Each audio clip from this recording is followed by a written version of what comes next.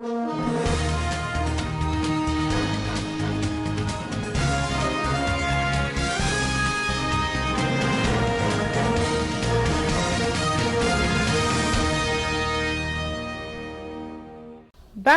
Committee members accuses Matawale of delaying report implementation. Zamfara State Governor blasts Rochas over insulting comment. Nigeria Meteorological Agency predicts hazy thundery weather conditions on Monday. On business, Refund urges federal government to sustain border closure. On sports, Nigeria qualifies for 2020 World Ultra Runners Championship. On the international scene, scientists meet in Tanzania to review progress on cassava production.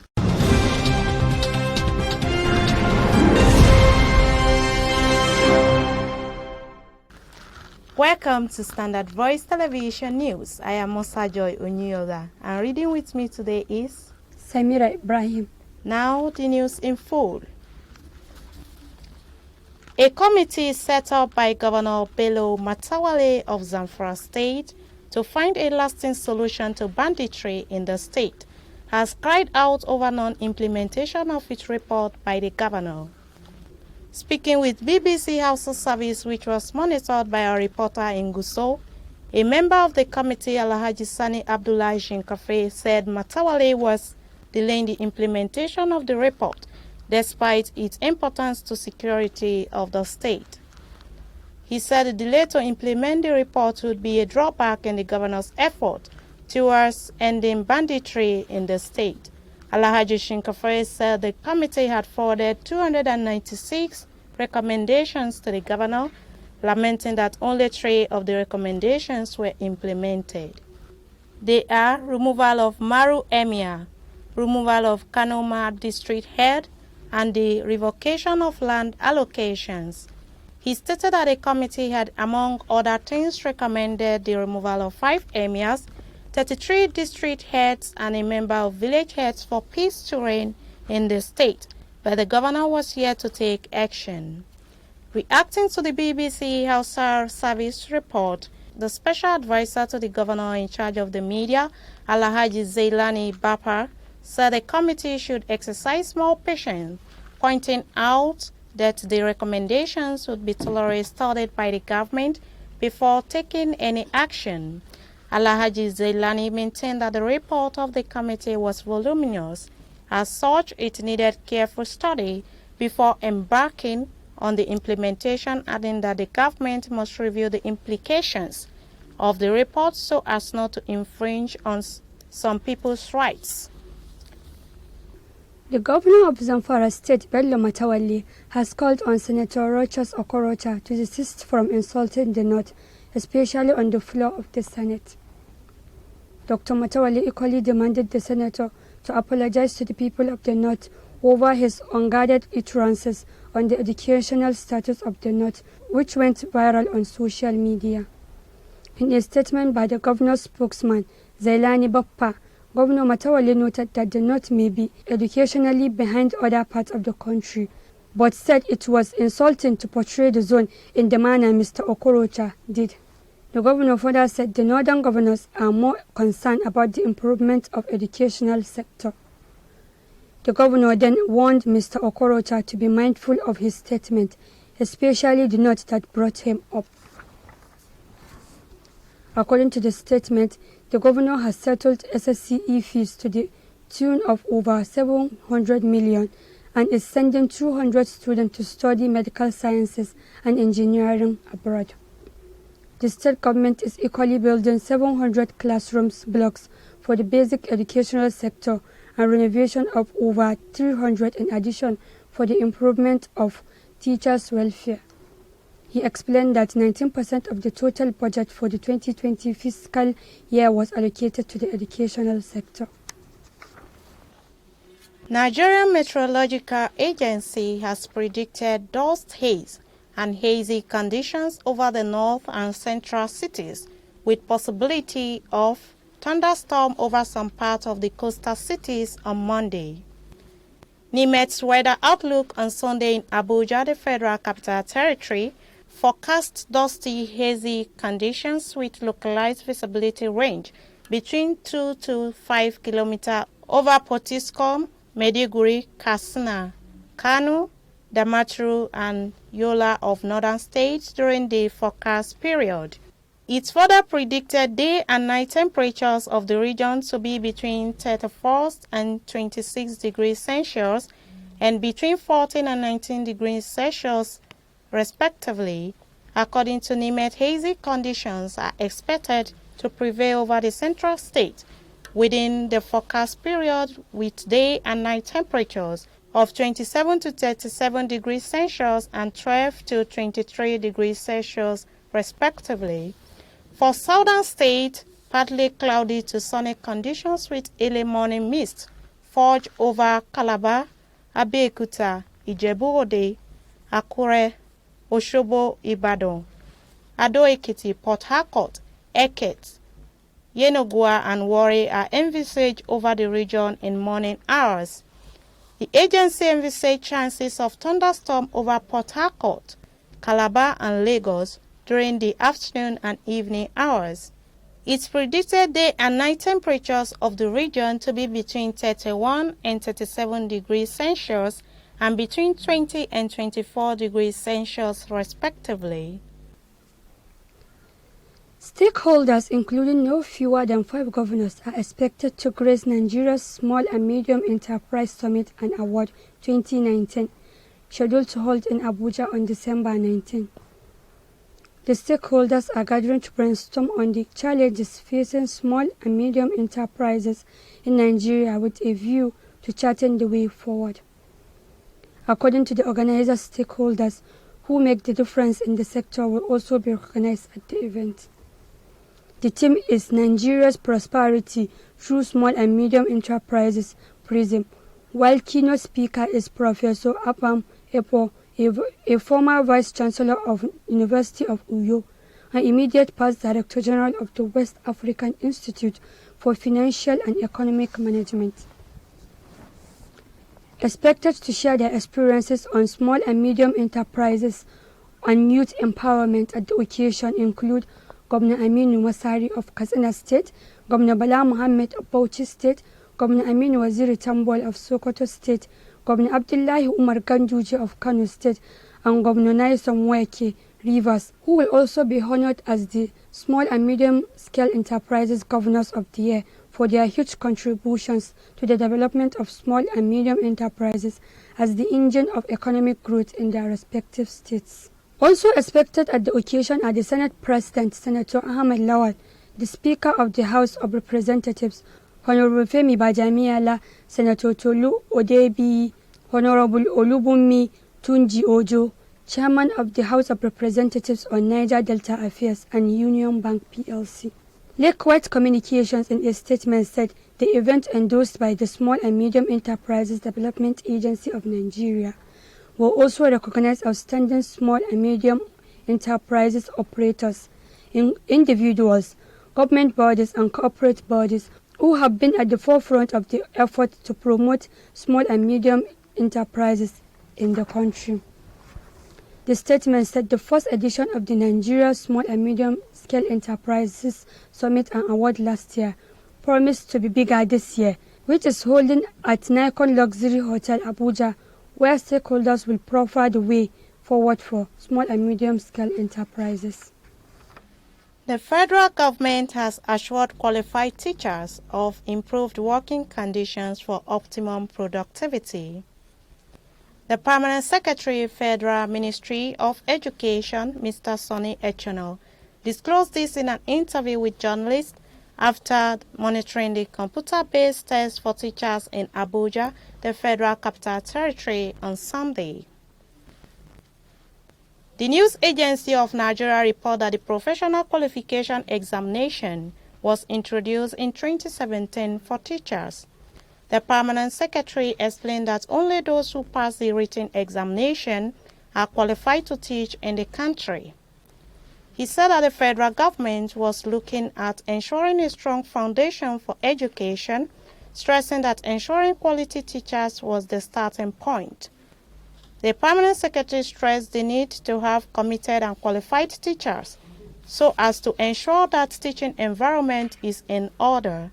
Speaking on local government autonomy bill, Echano said that President Muhammadu Buhari had teachers' welfare at heart and had ensured they got their salaries and other allowances in good time. The permanent secretary said the ministry is pushing that they should have direct fund charge so that they will be paid same way as our legislators and judiciary officers. The presidency on Sunday says that the arrest newspaper publisher, politician Omoyele Sowore is a person of interest to the Department of State Service (DSS) and not ordinary human rights activist. It could be recalled that despite the court order, he was arrested at the court premises in Abuja last week by the service, an action that has drawn widespread condemnation. But reacting to the arrest, the presidency in a statement issued in Abuja by Garba Shehu, Senior Special Assistant to the President, Media and Publicity, that Sowore called for a revolution to overthrow the democratically elected government of Nigeria. It said no government will allow anyone to destabilize the country. The presidency notes some of the insinuations in the media about the arrest by the Department of State Services (DSS) of the agitator Omoyele Sowore does not necessarily need the permission of the presidency in all cases to carry out its essential responsibilities that are laid down in the Nigerian Constitution, which was the foundation for the restoration of democracy in the country in 1999. Sowore called for a revolution to overthrow the democratically elected government of Nigeria. He did so on television and from a privileged position as the owner of a widely read digital newspaper run from the United States of America. He founded an organization, Revolution Now, to launch, in their own words, Days of Rage, with the publicized purpose of fomenting mass civil unrest and the elected administration's overthrow. He said no government will allow anybody to openly call for destabilization in the country and do nothing. We'll be right back after this short commercial break. Stay tuned. Mu zamo masu kallon Standard Boys dan tasha ce mai matukar amfani a gare mu. Ka shirye-shirye don ilmantar da yara kamar mu. Ko da macen mu Standard Boys ita ce abin alfaharin mu. Gaskiyar ka baba. Menene gaskiyar maganar ka? Da kyau, zan yi magana. Al'umma ya kamata su fahimce ni. Standard Boys tasha ce da za ta baka farin ciki. Dukkan wani bakin ciki naka ya fece. Kai dai kawai kasance da mu dare da rana. Baka da damuwa. Standard Boys suna da shirye-shirye masu ƙayatarwa da nishaɗantarwa sosai, musamman ma za ka samu kulawa tamkar yaro hannun mahaifiyarsa, ilmantarwa, nishaɗantarwa, tunatarwa. Sai dai ka sani, tashar mu ta kowa ce. Me kake nufi da haka? Ina so in ce Standard Boys. Kamar yaya? Yi ma cikakken bayani don in fahimci abin da kake nufi. Akwai shirye-shirye don yara, akwai kuma na manya-manya. Labaran duniya da sauransu duk zaka samu. Awa 24 babu kyakkyaftawa. Kowane lokaci, dare da rana, safe da yamma. Wannan shine yasa suka zama ɗaya da basu da wari. Standard Boys, Bridging the Gap. Welcome back. On business, Jamima Samuel has more detail.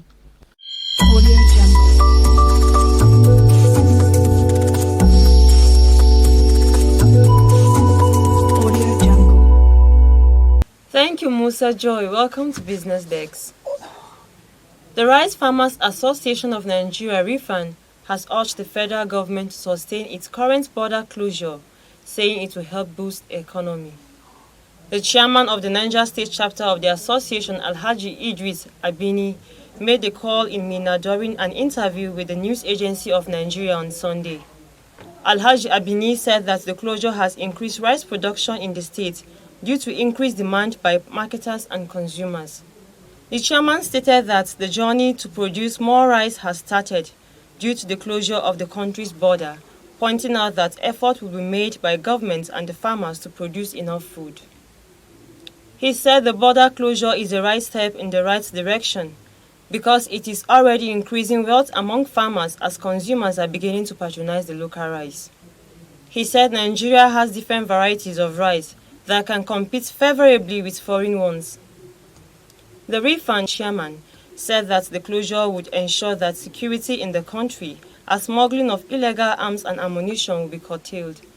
And that's all we can take on Business Desk today. I'm Jemima Samuel. Thanks for watching. Over to Musa Joy. Thank you, Jemima. On sport, Sufyan Abubakar has more detail. My name is Sufyan Abubakar, and as usual, I'm with the sports update. The Athletics Federation of Nigeria, AFN, has explained reasons why it suspended its president, Alhaji Ibrahim Shehu Gusau. The federation has been embroiled in a leadership crisis which stems from the corruption and underhand practices allegedly perpetrated by its president, Shehu Ibrahim Gusau, who has been suspended by the federation's board. Although Gusau insists that he is still the president of the federation, flaunting a vote of confidence passed on him by a faction of the body in Akwa last week. Some elected members of the board have since named Olamide George, a former lawmaker from Ondo State, as the body's acting president. Apart from the majority of the board members, the Federal Ministry of Youth and Sports also recognized George as the de facto AFN president. Prior to the crisis that engulfed the federation before and after the African Senior Championship in Asaba last year, George was among the board members allegedly sidelined from the activities of the body by Gusau and the former technical director, Sunday Adele. On assumption of office as AFN's acting president, George set up a committee to investigate the allegations against Gusau with a view to getting the federation back on track. While fielding questions from The Guardian at the weekend, George insisted that Gusau has a case to answer and must submit himself for probe by the investigative panel. He also alleged fears that World Athletics would sanction Nigeria because of the crisis in the athletics house. George also explained the current state of affairs at the federation, insisting that there is no crisis in the AFN. He added that the majority of the board members have only asked the president to answer some questions that border on violation of the constitution of the federation, misappropriation and misapplication of funds, his penchant for taking unilateral decisions without the board's approval, and non-payment of athletes' allowances in full or none at all in some cases. Still on the same news, the embattled president Ibrahim Shehu Gusau, who was last week suspended by some members of the federation, says he is being persecuted because he decided to clear his name from the brouhaha that followed the federation's inability to account for the $130,000 paid to the body by World Athletics in 2017. Gusau was suspended at an AFN meeting in Abuja last week. But fielding questions from the media in Lagos yesterday, Gusau said his travels began when he invited the ICPC to look into the $130,000 saga with a view of clearing his name. Before taking that action, he said he was pained as the culprit in the case even when he was innocent of the charges. He also explained that securing alternative means of funding of the activities of the federation will ease the pressure on the government and the scarce resources persuaded by every sector of the economy. On the sponsorship agreement with Puma, Gusau denied the allegations that members were not carried along when the deal was being negotiated, adding that he is pleased to inform Nigerians that the Puma sponsorship deal, which is one in a kind, will run from September 1st, 2019 to December 31st, 2022. It is unique in the sense that Puma will deliver kits worth $2.76 million to the Federation in Abuja. That way we do not have to spend scarce resources available to be traveling to Germany to collect the kits. Nigeria have qualified for the World Ultra Runners Championship for next year. South Africa, Nigeria and Zimbabwe have qualified for the 2020 World Ultra Runners Championship at the Valiant Remote 50 km ultra race held in Shagamu and Ikene. Dapo Sotimunu, media coordinator of the 2019 Remo Ultra race, made this known on Sunday. According to Sotimunu, Zimbabwe, who competed in the race for the first time in the country's history, finished as the overall third place. In the women's team event, South Africans were top with the combined running time, ahead of Nigeria, which finished in second place. In the men's individual race, South Africans Tobili Mokale-Kwekwa returned at a time of 3 hours 2 seconds to win the men's race. Zimbabwe's Prosper Mutua finished in second place at a time of 3 hours 5 minutes and 25 seconds. Nigeria's marathon champion Ilya Palm from Plateau finished in third position at the time of 3 hours 12 minutes and 29 seconds. In the women's individual race, South Africa's Senwalese Mbwangwa emerged the champion when breasted the tape at 3 hours 4 minutes 45 seconds to win the women's race. Also in the second place was Nigeria's Elizabeth Nuhu Power after running a time of 3 hours 47 minutes 39 seconds. Nuhu Power had in November also emerged second place at the Lagos Women Run. The team winners and individual winners respectively got $2,000, $1,500 and $1,000 for their efforts. President Muhammadu Buhari has trumped up for world heavyweight boxing champion Anthony Joshua for regaining his belts on Saturday night in a rematch with Mexican Andy Ruiz Jr. The president, in a congratulatory message by his spokesperson Femi Adesina in Abuja on Sunday, rejoiced with Joshua, saluting him for bringing joy to millions of Nigeria at home. He noted that Joshua's supporters across the world had rooted for him to regain the titles he lost about 6 months ago. He added that the downfall of a man is truly not the end of his life. There is always another and better day. This is a lesson we must all learn from the country. This according to the president's spokesperson. He wished Anthony Joshua well as he speaks to bring more glory to Nigeria and to the boxing profession. Joshua beat Ruiz on a unanimous decision in Saudi Arabia to seize back the heavyweight world championship belt he lost to the Mexican opponent in a shock upset last June.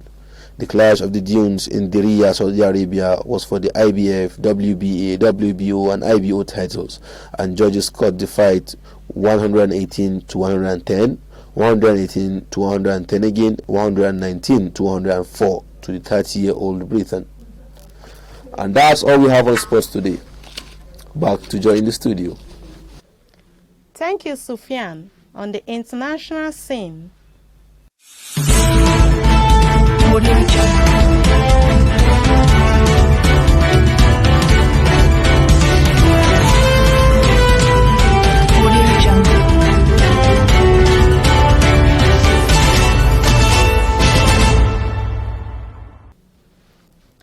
scientists, experts, and scaling partners of the African Cassava Agronomy Initiative of the International Institute of Tropical Agriculture are set for their 4th annual review and planning meeting.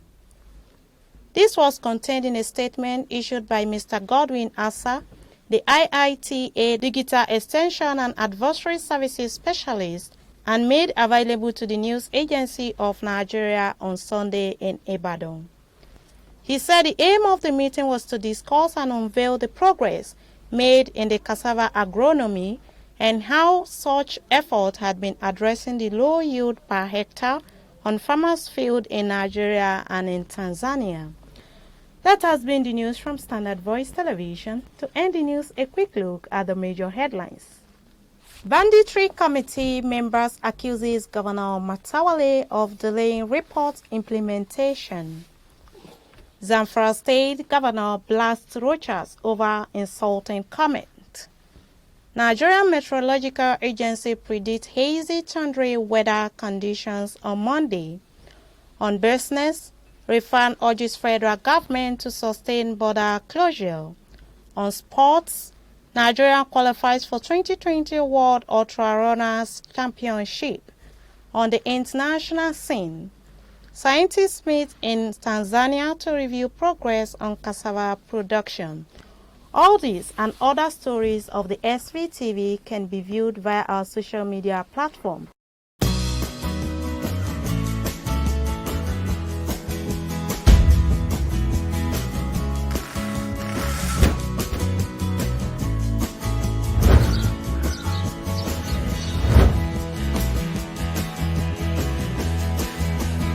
That has been the news on behalf of Samira Ibrahim.